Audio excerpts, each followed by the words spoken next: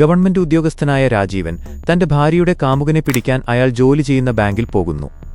എന്നാൽ അവിടെ മോഷ്ടിക്കാൻ വന്ന ചിലർ അയാളെ തട്ടിക്കൊണ്ടുപോവുകയും പിന്നെ അയാളെ ഒരിടത്തുപേക്ഷിക്കാനൊരുങ്ങിയ അവർ അവരുടെ ID മിസ്സായി എന്നറിഞ്ഞതോടെ രാജീവനെ കൊല്ലാൻ നോക്കുകയും പക്ഷേ അതിൽപ്പെട്ട് അവർ തന്നെ മരിക്കുകയും ചെയ്യുന്നു.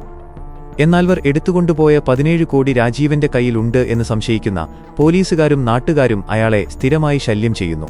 അങ്ങനെ അവരുടെ കൂടെ ബാങ്ക് കൊള്ളയടിക്കാൻ നിന്ന പോലീസുകാരനായ അനസ് രാജീവന്റെ സഹായത്തോടെ അയാളെ അന്ന് തട്ടിക്കൊണ്ടുപോയപ്പോൾ പോയ വഴിയിലൂടെ പോയി നോക്കുന്നു. എന്നാൽ ഇടയ്ക്ക് വെച്ച് അനസ് അവരുടെ കൂടെ ഉണ്ടായിരുന്ന ഒരാളാണെന്ന് മനസ്സിലാക്കുന്ന രാജീവൻ വണ്ടിയുമായി കടന്നുകളയുന്നു. എന്നാൽ കുറച്ചു ദിവസം കഴിഞ്ഞ് അതിനടുത്തുണ്ടായിരുന്ന അമ്പലത്തിലെ കാണിക്കവഞ്ചി മോഷണം പോയി എന്നറിയുന്ന രാജീവനെ സംശയിക്കുന്ന അനസ് തന്റെ അളിയന്മാരുടെ കൂടെ രാജീവന്റെ മകളെ തട്ടിക്കൊണ്ടുപോയി ആ പണം തിരികെ വാങ്ങിയെടുക്കാൻ ഒരു പ്ലാൻ ഇടുന്നു. പക്ഷേ രാജീവന്റെ ഇളയ കുട്ടിയായിരുന്ന അമലയിൽ നിന്ന് ആ കളഞ്ഞുപോയ പണം മുഴുവൻ രാജീവന്റെ ഫ്ളാറ്റിലുണ്ട് എന്ന് മനസ്സിലാക്കുന്ന മറ്റൊരാളായ ജേക്കബ് രാജീവനോട് ഒരു 70 ലക്ഷം ചോദിക്കുകയും എന്നാൽ പിന്നീട് അയാളെ സഹായിക്കുകയും അങ്ങനെ പിന്നെ രാജീവന്റെ ഇളയ മകളായ അമലയെ തട്ടിക്കൊണ്ടുപോയി ആ പണമെല്ലാം അവർക്ക് കൊടുത്തു എന്ന് വരുത്തി തീർക്കാൻ ഒരു പ്ലാൻ ഇടുന്നു.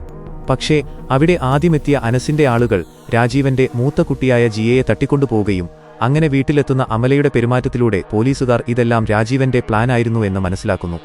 അങ്ങനെ രാജീവൻ ജേക്കബിനോട് ആ പണം കൊണ്ടുവരാൻ പറയുകയും എന്നാൽ ആ വണ്ടിയുടെ ഓണറായിരുന്ന അനസിന്റെ അളിയന്മാരിൽ ഒരാൾ ജേക്കബിന്റെ കയ്യിൽ നിന്ന് ആ വണ്ടിയും കൊണ്ടുപോയി ആ പണവും എടുക്കുന്നു.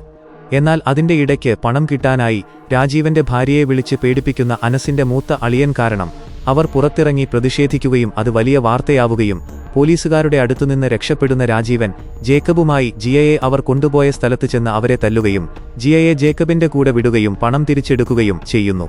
എന്നിട്ട് തന്നെ ആദ്യം തട്ടിക്കൊണ്ടുപോയ ബാങ്കിൽ ചെന്ന് എല്ലാവരുടെയും മുൻപിൽ വെച്ച് പിന്നെയും പിടികൊടുക്കുന്നു. എന്നാൽ ഇത് വലിയ ന്യൂസാവുകയും അങ്ങനെ CMന്റെ അടുത്ത് എത്തുന്ന രാജീവൻ അനസിനെയും അളിയന്മാരെയും കാണിച്ചുകൊടുത്ത് പോലീസുകാർ കുട്ടിയെ രക്ഷിച്ച പോലെ വരുത്തി തീർക്കുകയും രാജീവന് ഈ കേസിൽ പ്രതിയല്ലാതാക്കി കൂടെ മറ്റൊരു കേസ് വെച്ച് ഇതെല്ലാം ഡൈവേർട്ട് ചെയ്യുന്നു. അങ്ങനെ ജേക്കബിന് തനിക്ക് വേണ്ട പോലെ 70 ലക്ഷം കിട്ടുകയും ബാക്കി പണം മുഴുവൻ രാജീവനും എടുക്കുന്നു.